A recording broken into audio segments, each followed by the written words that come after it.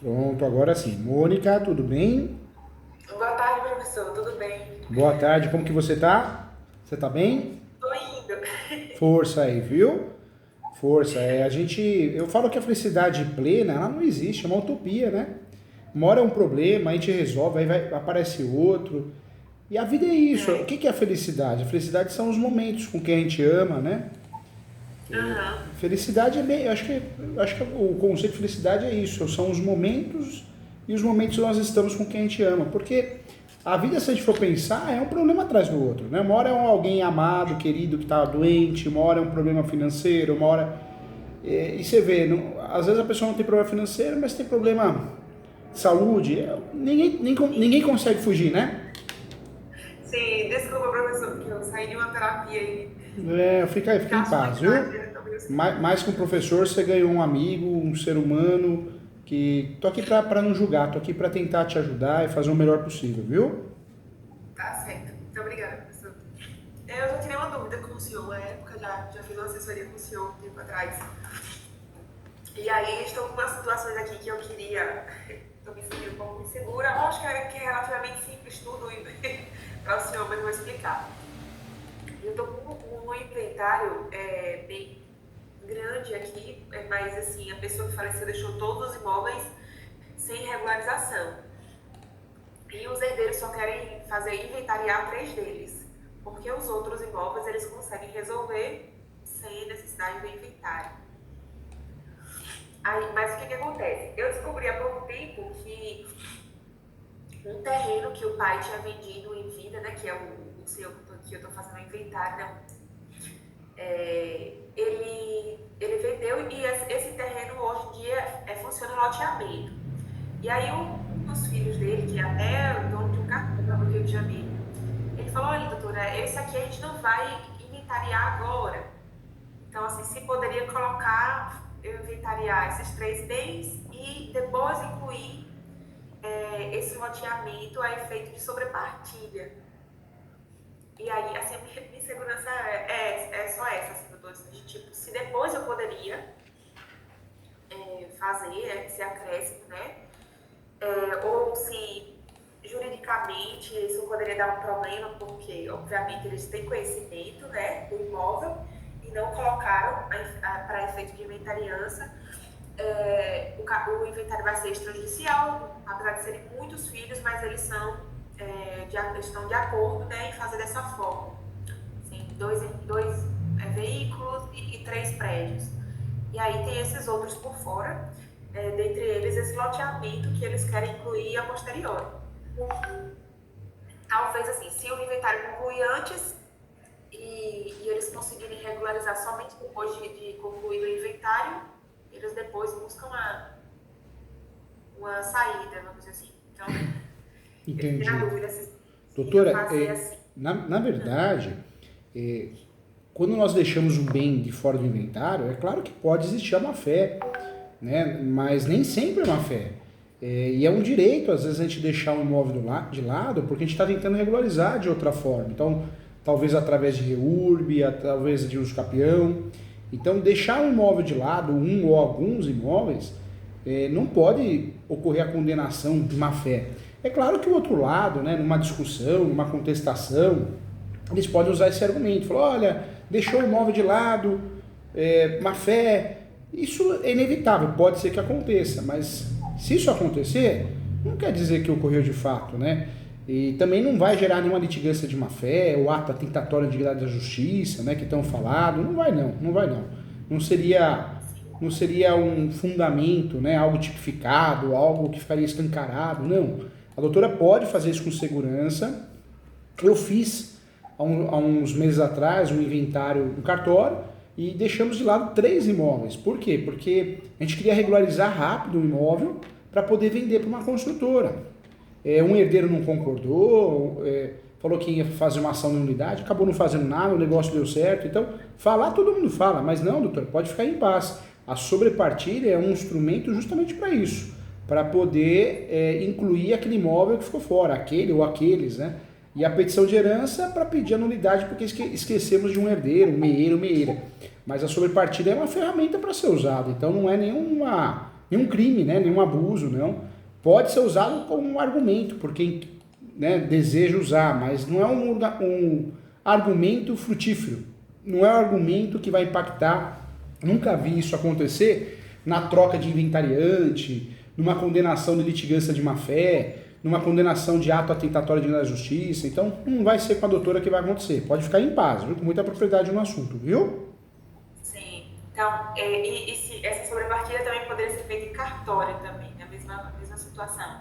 Poderia. Então, a sobrepartilha, ela pode ser feita em cartório posteriormente, com muita segurança e muita tranquilidade, porque às vezes deixou de fora por estratégia. Você quer ver um caso, faz uns 2 anos atrás, um caso que eu ajudei um aluno da pós, ele e a esposa, os dois são advogados. Eles deixaram vários imóveis de lado, fizeram inventário, porque eles só tinham dinheiro para pagar ITCMD de um imóvel. Então os outros ficaram de fora, proposital, porque não tinha dinheiro, a família não tinha dinheiro. Depois foi feito o quê? A sobrepartilha, justamente para isso, para poder regularizar os outros imóveis. Então, a sobrepartilha parece às vezes que é usado má fé, alguma coisa assim, não. É algo totalmente comum. Então, use e abuse dela. É um direito que a doutora tem, um instrumento, uma ferramenta, viu? É que eu falei que poderia ser feito, né? Mas depois eu fiquei como insegura, assim, de se poderia alguma coisa feita. Pode ser feita. E, doutora, pode ser feita no cartório, pode ser feita judicial, viu? Eu falo porque eu fiz uma sobrepartilha judicial aqui, foi um sucesso. Então, pode ser feita judicial também. Se por algum motivo a doutora mudar de ideia, quiser fazer judicial. Às vezes, por que a gente faz sobrepartilha judicial? Porque a gente ganha tempo. No cartório, a gente precisa recolher, às vezes, o tributo ali na hora, de forma instantânea. E, às vezes, a gente precisa provar para alguém que a sobrepartilha está sendo feita, está em andamento, mas o tributo fica mais para frente. A gente pede prazo suplementar, dá para ganhar tempo, entendeu? Certo, tá certo. Eu estou justamente com um caso defendendo um herdeiro que ficou de fora de um inventário extrajudicial. Ele é filho e como o pai dele não registrou ele foi registrado pelos avós e os irmãos de má-fé o deixaram, fizeram um inventário e deixaram de fora. Então eu, na verdade, eu já peguei a ação andando, né, que é o reconhecimento da paternidade. Ainda não foi sentenciado, né, mas já saiu o resultado do DNA, comprovou que a paternidade, né, e agora a gente tem que ir para essa segunda fase, né, de buscar a parte dele na herança. E ver o que é que eles vão, como é que, se ainda existem bens, né, que ele possa usufruir, né, porque eu acredito que partilhar entre os filhos, enfim. A outra situação que eu tenho aqui, doutor, é com relação ao uso capião, também para confirmar. O uso capião que a gente quer fazer de um imóvel aqui, que na verdade tem uma sucessão de contratos de gaveta, e agora já se passaram muito tempo de posse no terreno, e aí a gente está tentando fazer um uso capião. Esses contratos de gaveta, eles contam para efeito de tempo para uso capião, não é isso? Conta. Esses cartório, por exemplo? Esses contratos de gaveta, eles ajudam. Agora, se for usar no uso capião a título de soma de posse, aí precisa tomar cuidado. Por quê? O Código Civil, ele fala o quê? Que nós podemos usar a tese de soma de posse. Então, nosso cliente, pode fazer uso capião com um dia de posse, um mês, um ano, porque ele recebeu a posse do pai, do tio, do avô, né? Ela foi cedida, não onerosa, ou foi comprada. Só que o problema só podemos somar a posse com o antecessor. Então, nós não conseguimos somar a posse senão com o antecessor. Não dá para somar em efeito cascata. Só conseguimos somar a posse com quem nos vendeu a posse ou quem nos cedeu, de forma gratuita ou onerosa. Entendeu, doutora? Sim, então seria essa atual e o do vendedor. Na verdade, sempre a gente vai contar assim, nós podemos somar a posse para quem nos cedeu. Então, ou através de escritura pública, ou através de contrato particular, ou através de forma onerosa ou não onerosa, mas sempre o último, sempre quem cedeu para o nosso cliente. Ele a gente pode somar a posse, os outros não, entendeu? Entendi. Mas se a doutora precisar... cortei a doutora, perdão. Mas se a doutora precisar também, às vezes, onde que eu vou achar uma saída, né? Eu estou precisando de mais posse. Aí a doutora tem a soma da posse e tem a posse complementar. O que é a posse complementar? Pode fazer uso capião e pedir que seja complementado o tempo de posse no decorrer da ação. A doutora, se precisar porque às vezes a gente não tem a posse que a gente quer, né? Mesmo somada, né? Fica faltando alguma coisa, às vezes 2 anos, 3 anos. Como o escapião dá para pisar no freio e deixar ele mais lento, judicial, né? Dá para fazer isso, talvez a doutora possa usar isso, esse argumento. O prazo para o escapião ele pode ser completado no decorrer do processo judicial. E a doutora acaba usando o RESP 1361-226. Anota aí que vai ajudar a doutora. RESP, recurso especial 1361-226. Ou seja, a doutora distribui a ação do escapião faltando 2 anos, 3 anos, 1 ano, não importa. Ô juiz, ó, o tempo que demorar essa ação do escapião eu quero contabilizar, entendeu? Sim. Sim. Entendi.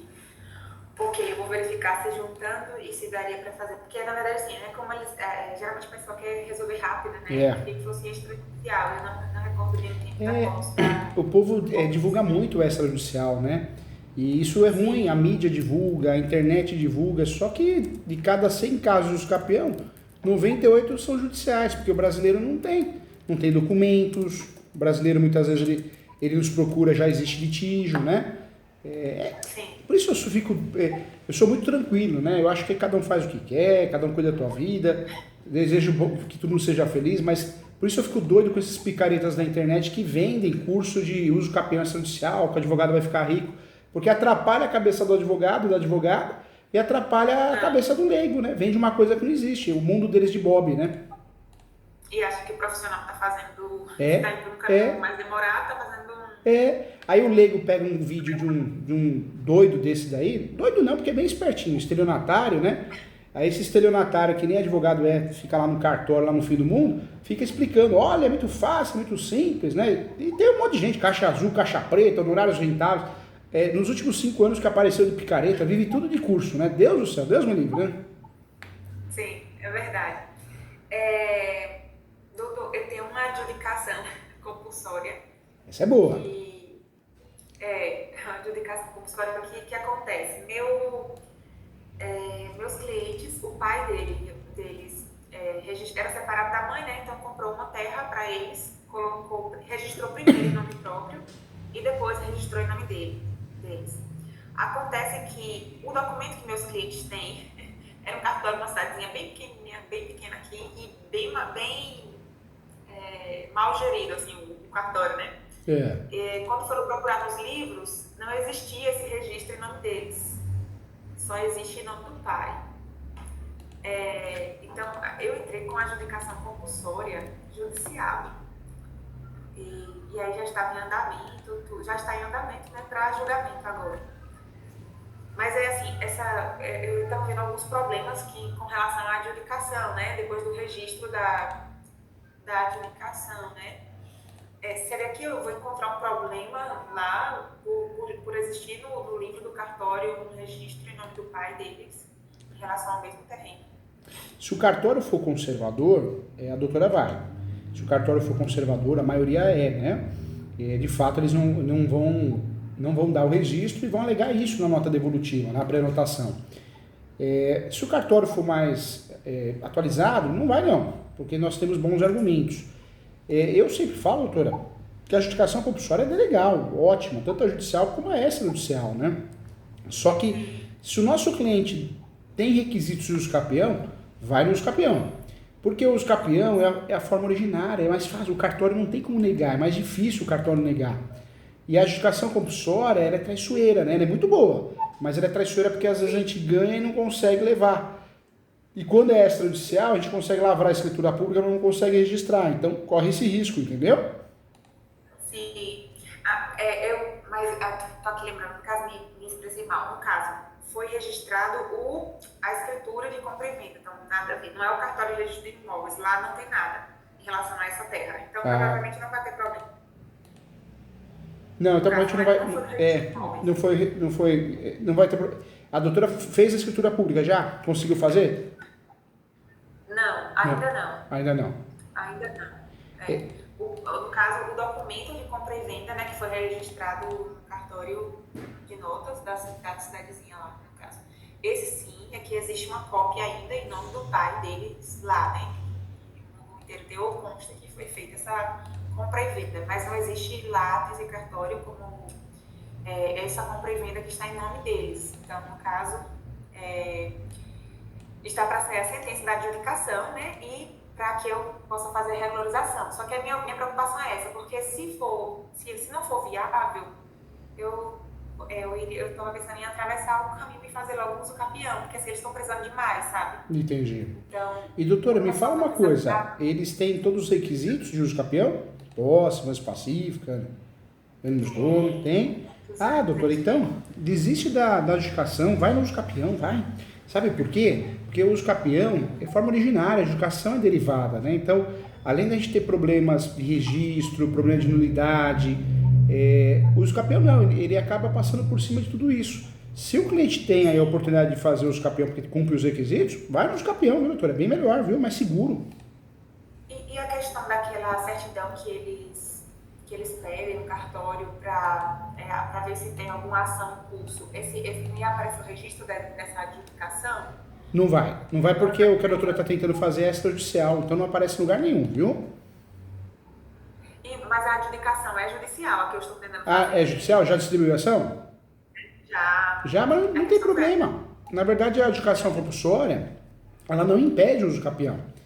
Ela não impede porque é uma forma derivada e o uso capião é originária. Então a doutora pode até fazer o quê? Né? Se sair a certidão positiva, que vai sair, a doutora justifica que procurou utilizar o meio de adjudicação compulsória, mas percebeu que tem todos os requisitos para o uso capião, que é a forma mais rápida, mais séria de regularizar esse imóvel. Entendeu? E são as mesmas partes, né? Ele está tranquilo, inclusive os vendedores já testemunharam, né, aliás, fizeram um acordo com eles, né? Reconheceram lá que compareceram à audiência, né? E reconheceram o direito deles e tudo. Enfim. Ok, doutor. Faz sim, doutor. Distribui uma ação de uso capião, ou se quiser tentar no cartório, se for possível, né? A gente já sabe que nem sempre dá para fazer, mas a ação de adjudicação compulsória em andamento, ela não é motivo para o juiz extinguir o processo, se livrar do processo de uso capião, não, porque se aparecer alguma situação que o juiz peça para se justificar, e não vai aparecer, mas vai que aconteça, aí a doutora seja bem clara, né? Bem firme. Foi feito o uso capião porque é forma originária, a adjudicação é forma derivada. Como existem receios em relação ao registro da carta de adjudicação, caso seja deferida, optou-se em fazer o uso capião. Sim. Porque um não prejudica o outro. Pode deixar claro isso. Entendi. Ok. E tem um cliente aqui para fechar, mas ainda não peguei por insegurança do tema. Eu confesso, doutor, que eu comecei após, mas eu ainda não tive tempo de me aprofundar bem nele. Mas fica tranquila. Se precisar, eu estarei aqui sempre para ajudar, para proteger a doutora, o caso, viu? Conta comigo. Tem um professor aqui para ajudar a doutora. Sim. Esse aqui já não seria, já é na parte de sucessões, porque é regularização por testamento, no caso, que o senhor está procurando. Ele tem um prédio, ele tem a casa dele no primeiro andar, tem a casa de um dos filhos a casa dele no térreo, a casa de um dos filhos no primeiro andar, e ele tem uma laje que ele gostaria de ceder para a neta dele, que é filha de um filho dele que faleceu. Então ele gostaria de testar essa parte, né, do direito de laje desse imóvel para essa neta. E ele gostaria de fazer isso por meio de testamento. Mas como o testamento nem sempre é seguro, fiquei procurando a melhor forma, né? É verdade, testamento pode ser um tiro no pé. Eu falo que é melhor a gente fazer um planejamento sucessório, coisas grandes, hold, ou às vezes doação em vida, né? O imóvel mais simples, faz doação em vida, porque é a melhor solução, né? Que ele poderia fazer? Ele poderia fazer a verbação, a doutora poderia fazer isso, né? Pode sugerir isso. Testamento pode ser feito, se for sua vontade, mas tudo que a gente pode fazer em vida, é melhor fazer em vida, porque a gente tem uma segurança jurídica. Então faz a doação, faz uma escritura pública de doação da laje, termo é laje mesmo, e faz a verbação dessa escritura pública na matrícula do imóvel. A doação com a verbação, né? Isso, faz uma doação da laje, faz a escritura pública e faz uma verbação na matrícula do imóvel. E amanhã eles vão correr atrás para fazer a regularização através do direito de laje. Dependendo do estado, consegue, entendeu? Sim, mas aí eu vou ter que deixar eles a par de que provavelmente como esse valor ele vai ser inferior ao restante da herança dos demais herdeiros, eles ainda vão ter essa discussão, né? Porque eu acho que o intuito do avô, né, é não haver discussões, né, briga entre a família, né, no fim da vida, assim, quando eles não estiverem mais aqui. Teve Mas, coração bom, né? mas aí, assim, uma laje comparada ao valor do imóvel de baixo e o valor que o outro já tem, né, que um dos filhos tem uma casa. Então, a neta ficaria em desvantagem, né? Quanto a esse não, A né? doação só precisa tomar cuidado com a antecipação da legítima, né? Sim. Então, deixar claro que não está antecipando a legítima, que é o direito de laje. Então, talvez, né, o tabelião, através do escrevente, vai prestar atenção nisso, né? Deixar claro que não está antecipando a legítima. Mas a laje, em regra não, né? É o único imóvel que ele tem? É o único imóvel a ser partilhado. E ele tem essa neta e um filho, né? Que é casado, já mora no mesmo prédio. E essa neta seria ele queria deixar para ela. Eu vou voltar a conversar com eles, porque eu não sei se o único intuito dele é de deixar ela garantida, que ela tenha um lugar para ela construir caso queira. Né? Ou se ele já queria deixar, assim, exatamente amarradinho. Conversa com ele, fala, olha, eu oriento fazer a doação, né? A doação faz uma escritura pública, gasta um pouquinho mais e averba a escritura pública na matrícula. Oriento fazer isso porque gera publicidade, né? E amanhã depois eles vão resolver lá como eles vão regularizar isso, se é direito de laje, se é através de um uso capião de separação de área, né? Eles vão resolver isso, mas você fez a sua parte. Agora, se você não quer isso, só quer fazer um testamento, estou à disposição também. Eu te orientaria a fazer a doação. Fala isso para ele, né? Sim. É a mesma situação de um outro que eu tenho, que é basicamente a mesma coisa. Não, mais ou menos. É um senhor, ele tem 2 filhos com essa minha cliente, mas ele tem filhos fora do casamento. E ele gostaria de transferir esse imóvel aqui para o que eles residem, a família reside, para os 2 filhos que ele tem dentro do casamento. Seria a mesma situação, então. Seria a mesma situação. A doação, o planejamento sucessório, é sempre mais interessante que o testamento, porque o testamento, por mais que a gente faça bem feito, faça por escritura pública, surge um filho fora do casamento, de outro relacionamento, acabou, né? Então é fácil derrubar, né, um testamento, se a gente for pensar.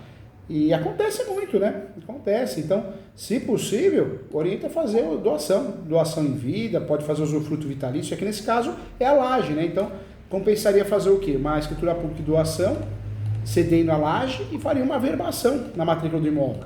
Ou seja, não está regularizado, mas gerou a publicidade. Aí eles se viram para regularizar amanhã ou depois. Se acontecer a venda da casa, pelo menos ficou ali estipulado, né? Sim. Nesse outro que é o pai, que quer transferir para os filhos, que é um imóvel, um dos filhos já mora em cima, no caso acho que é a casa de baixo, ficaria para um dos filhos. Então, ele pode doar para cada um a parte que lhe compete com a averbação e aí é com o usufruto, no caso, vitalício, né, para eles. E talvez, se ele quer já resolver uma questão para o futuro, ele faz a doação para todos os filhos, né, para inclusive ela, faz essa doação, faz a escritura pública em relação ao direito de laje e coloca lá a cláusula do usufruto vitalício, ou seja, ele resolve o problema com os outros filhos, para não bater ciumeira, né, essas coisas, né? Como seria, doutor? Talvez uma opção também é fazer a doação, já faz a doação e faz a reserva com usufruto vitalício. Ou seja, além de fazer a doação da laje e averbar, já faz, se for possível, se ele quiser, né? Mas aí já pelo menos não gera ciumeira, né? Ah, se ele doou a laje, se gastou dinheiro para doar para o irmão, então não, já doei tudo para todo mundo. Então, se ele tiver condições financeiras, ele pode fazer isso também. É um planejamento sucessório isso, né? Sim. Entendi. Ok. Pronto, deixa eu ver aqui se eu já tirei tudo. E doutora, um detalhe importante, é cobrado para fazer o acompanhamento da escritura pública, o tabelião ele vai fazer uma minuta, a doutora vai olhar, vai conferir e vai dar ok. Para fazer esse acompanhamento da escritura pública, é cobrado até de 1 até 3 salários mínimos, viu? Certo. Então, necessita do advogado, normal. Na verdade, não é obrigatória a assinatura do advogado, na escritura pública de doação não é obrigatória. mas esse serviço, o acompanhamento, é cobrado de 1 até 3 salários mínimos.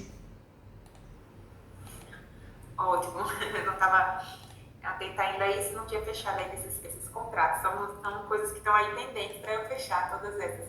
E uma que já está em andamento, a minha última dúvida, é com relação a uma ação que na verdade, estou defendendo uma entidade pública aqui da cidade, estou defendendo um órgão vinculado à diocese, né, em que eu estou, né, é um órgão da igreja. Eles tinham um imóvel, existe dentro da diocese um organismo que foi um encontro de leigos católicos, fundaram uma associação, mas hoje em dia ela é administrada, o diretor dela acaba sendo o bispo local. É uma meio confusa a história. Mas o que acontece? Essa liga comprou vários imóveis aqui. E há muitos anos atrás, ela cedeu um desses imóveis, que é uma casa, para o município, para que funcionasse ali um posto de saúde, porque naquele bairro não tinha posto de saúde. Enquanto estava funcionando o posto de saúde, uma das funcionárias que não tinha onde viver ficou morando no quartinho dos fundos dessa casa, e com uma filha. Depois, essa funcionária saiu, construiu uma casa, né, e saiu. O imóvel foi devolvido ao município outra vez, né, ou seja, a diocese, né, o município desocupou, então a diocese iria tomar posse do imóvel outra vez. Mas aí, como são atividades paroquiais, as pessoas não usavam, não teve alguém que ficasse gerenciando ele de perto. Então, a filha daquela mulher que estava no quartinho dos fundos passou para o imóvel principal e começou a viver no imóvel. Né? Então, na época eu comecei a atuar no caso, a gente entrou com a ação para poder retirá-los, né, do imóvel. No caso, ela não foi nem locação, né? Ela começou a viver no imóvel, foi um empréstimo. Imagina que foi uma reintegração de posse, né? Eu fiz uma reintegração de posse. Só que eu acredito que na época, eu acho que eu não me expressei bem os fatos, porque eu acho que eu deveria ter dito que a entidade não tem conhecimento que aquele imóvel estava com aquele terceiro. Mas eu fiquei entre a cruz e a espada. Eu pensei, se eu digo que ela não sabe, vai correr o prazo do usucapião. E se eu digo que ele sabe, aí a posse seria posse velha. E foi isso que aconteceu. O juiz não mandou reintegrar, porque disse que a posse já era antiga. Não deu a liminar, né? Não deu a liminar. E doutora, me fala uma coisa aqui importante. A doutora pensou em reintegração de posse, porque eu imagino que eles não têm a propriedade no nome, né? Porque se tem a propriedade, a melhor saída era reivindicatória, aí não se discute posse, né? Aí daria para trabalhar com a súmula 487. É isso mesmo? Eles não tinham a propriedade, né? Eu acredito que ele só tem um contrato de compra e venda. Faz muito tempo que eu entrei com essa ação, ele anda muito lento, né? Por que eu estou falando isso? Porque se a igreja tem a propriedade, tem a matrícula no nome, aí facilitou tudo, né? Porque aí dá para fazer uma ação de arbitramento de aluguel mais simples, só para forçar a parte a pagar aluguel. Isso, de certa forma, desmotiva ela a sair. É mais fácil conseguir a tutela antecipada, a liminar. E se a doutora quiser, por fora, dá para fazer a ação reivindicatória, né? Porque aí não se discute a posse, se discute só a propriedade. E dá para misturar as duas. Eu não oriento misturar as duas, porque o judiciário está muito ruim, está muito fraco, né? Quando você mistura as duas e pede aluguel e tutela antecipada, o que o judiciário faz? Ele não dá. Então, compensa hoje, estrategicamente falando no direito imobiliário, fazer por fora a ação de arbitramento de aluguel, né? Entendi. Não, eu acredito que ele só tem um contrato de compra e venda mesmo. Acho que Poxa vida, hein? Eu acredito que não tem essa matrícula. Que a possessória é uma ação ruim, né? No direito imobiliário, as possessórias são ações traiçoeiras, né?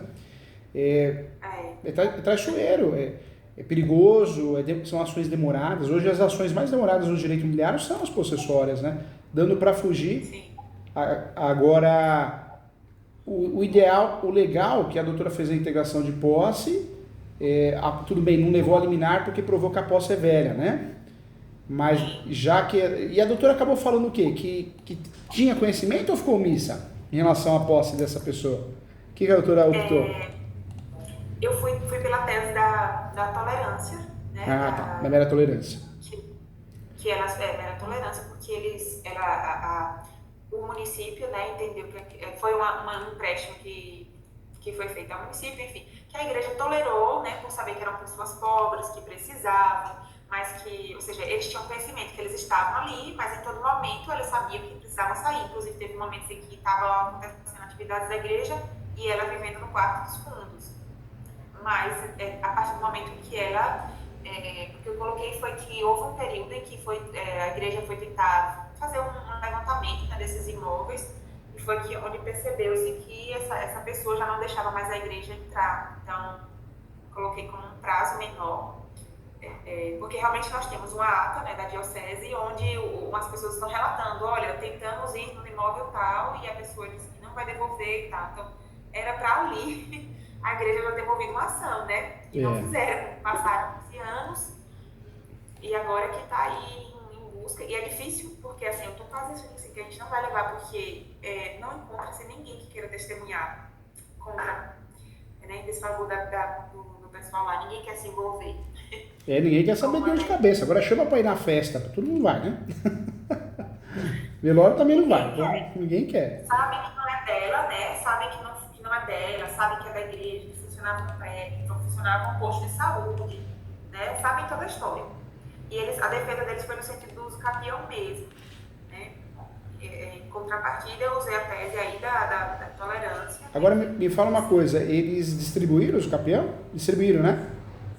Eles fizeram como dentro do mesmo processo, né? Ah, mas na verdade é que tem juiz maluco que faz muita besteira, né?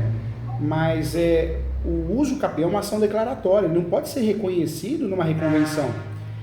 Os advogados fazem muito isso, né? Alegam uso capião dentro de uma reconvenção, mas está errado, o juiz não pode, porque é uma ação declaratória. Então, não sei, a doutora já apresentou a contestação? A réplica, na verdade, né? A réplica, sim, infelizmente eu não me atentei para essa questão processual. Na réplica, para as próximas, ou se a doutora tiver a oportunidade, bate que não cabe uso capião em reconvenção. Está pacífico. O uso capião é uma ação declaratória, é uma ação que o judiciário tem que fiscalizar os requisitos e pressupostos. Não pode, numa reconvenção, o judiciário dar uma decisão dessa. Uma afronta ao devido processo legal. Então, fica a dica para os próximos. Agora, se a doutora conseguir peticionar, juntar algum documento, tem que mencionar isso na peça, só para jogar a sementinha para o juiz ou assessor procurar, pesquisar, né? Sim. Agora eu sei que isso é o mais importante, é outro inventário. Com essa multidão de coisas que me aconteceu hoje, eu acabei não botando tudo tanto nos pontos como eu gostaria. Mas veja só, eu estou com um inventário, o Decujus faleceu em 2005. Entregaram, meus clientes acreditavam que estava rolando um inventário até pouco tempo. Quando foi procurar notícias, o advogado tinha dado entrada num arrolamento de bens, e só em 2018 entrou com o inventário. O que acontece? O falecido, ele tem uma esposa e filhos que moravam em Salvador, e tinha esse imóvel na minha cidade natal, mas a partir ele já tinha comprado esse imóvel, ele vivia nesse imóvel, a esposa ia quando ela precisava morar em Salvador, porque o filho tinha um problema de saúde, mas ela ia sempre para esse imóvel, né? Quando ia visitá-lo. O que acontece? Depois de um tempo ele arrumou outra mulher. Olha só. E aí passou a conviver com essa mulher dentro da casa e teve com ela um filho. Mas antes dele morrer, ele comprou um outro imóvel e deu para esse filho, porque ele disse que não queria que eles brigassem. Então esse imóvel era do filho, a casa eles iam vender e dividir, e a casa, o outro imóvel de Salvador também, né, depois do falecimento da esposa, seria partilhado. O que acontece? A companheira até hoje nunca saiu da casa. O filho cresceu, foi embora para São Paulo, ela continua com o aluguel da casa, ela está com o aluguel da casa que é do filho, ela mora na casa que é do falecido, a família não tem acesso a esse imóvel, né? E ela vive lá com o companheiro e com os filhos. Os se eu tenho ideia de como está morosa aqui a situação, até eu apresentei as primeiras declarações e até esse momento eles não foram nem citados a contestar a ação, né? E meus clientes, óbvio, estão muito revoltados, porque eles querem ir final de ano, época de junina e tal, querem usar o bem, né? E tem lá alguém que tecnicamente não tem qualidade de herdeira, né? Meu Deus, é fogo. E o pior de tudo é que hoje o herdeiro que tem a posse exclusiva consegue fazer os capês e ganhar fácil, né? Olha o risco, né? Sim. Agora, o arrolamento, a ação de arrolamento, ela não impede essa caracterização da usucapião? Não impede. Na verdade, a doutora, para quebrar a posse qualificada do usucapião, e o herdeiro hoje ele pode fazer o usucapião, está bem pacificado por STJ, a nossa única saída seria fazer o quê? Uma ação de arbitramento de aluguel. E aí poderia ser feita uma ação de arbitramento de aluguel quando eu sou coproprietário, ou quando eu tenho inventário em andamento, eu faço com a legitimidade ativa do espólio. Entendeu, doutora? Jesus, então, esse tempo todo que ela está lá, ela pode usucapiar o imóvel? Pode, por isso que seria interessante nesse caso. Talvez fazer arbitramento de aluguel. Se já fez o inventário e registrou o formal de partilha, faz pelo coproprietário mesmo. Se não, faz o quê? Faz o arbitramento de aluguel, distribui inventário, faz uma escritura pública de inventariante para não precisar distribuir a ação e faz litigidade de ativo o espólio cobrando aluguel proporcional ao quião, né? Daquele herdeiro que tem a posse exclusiva. É a única saída para a gente conseguir queimar essa posse e deixar de ser posse exclusiva, né? Mas pelo tempo que ela tem de 2005 para 2020, nossa senhora, ela tem 19 anos. Aí. Mas aí que tá, ela tem tempo suficiente, mas se conseguir cobrar aluguel, já queira ou não queira, 2 requisitos podem cair por terra, né? A posse deixa de ser mansa pacífica e o segundo requisito, a posse qualificada. Ou seja, se ela propõe uma ação de usucapião, dá para trabalhar com esse arbitramento de aluguel em favor da defesa do usucapião, entendeu? Sim, mesmo que seja recente, mesmo que seja a partir de agora, por exemplo. Mesmo que seja a partir de agora. Agora, para o arbitramento de aluguel, esse imóvel teria que ser registrado, ele teria que ter propriedade, porque ele não tem nada que comprove que é dele. Teria que ter a propriedade, mas nós temos uma exceção. A exceção qual que é? Dá para fazer arbitramento de aluguel quando o nosso cliente talvez não é inventariante.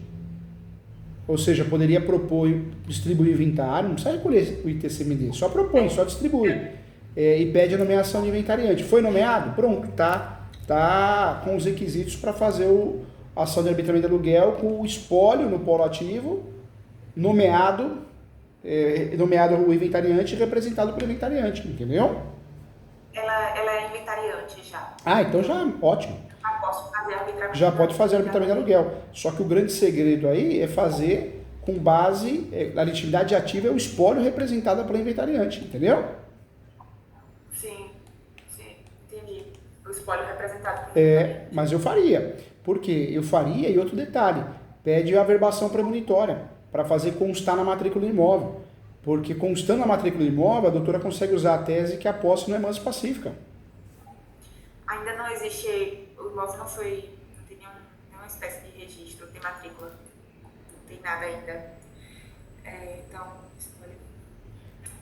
agora, que legal, eu fiquei feliz da doutora informar que já tem o inventário, né? Ou seja, essa parte mais complicadinha já tem, é só distribuir a ação, né? A grande questão é que o inventário foi distribuído em 2018. Tá arquivado, então? Tá arquivado? Não, ele tá ativo. A questão é o tempo em que não existia uma discussão a respeito do imóvel, entendeu? Entendi. Mas o juiz não vai analisar isso, não. Tem gente, né? Tem colega que pede dentro do inventário. Agora tem uns juízes malucos que eles fazem de tudo no inventário. Manda até matar, né? Dentro do inventário. Eu brinco com os alunos, dão risada, né? Nunca vi isso. O juiz se sente poderoso, né? Olha que absurdo. Pede para reintegrar, pede isso. Não pode, é ação autônoma. Mas tem juiz hoje em dia capaz de tudo, né? E nesse caso, o que a doutora pode fazer? Pode distribuir numa boa, não tem problema não. Pode distribuir o arbitramento de aluguel, legitimidade ativa, o espólio, representado pelo inventariante. Vai conseguir, vai ter sucesso.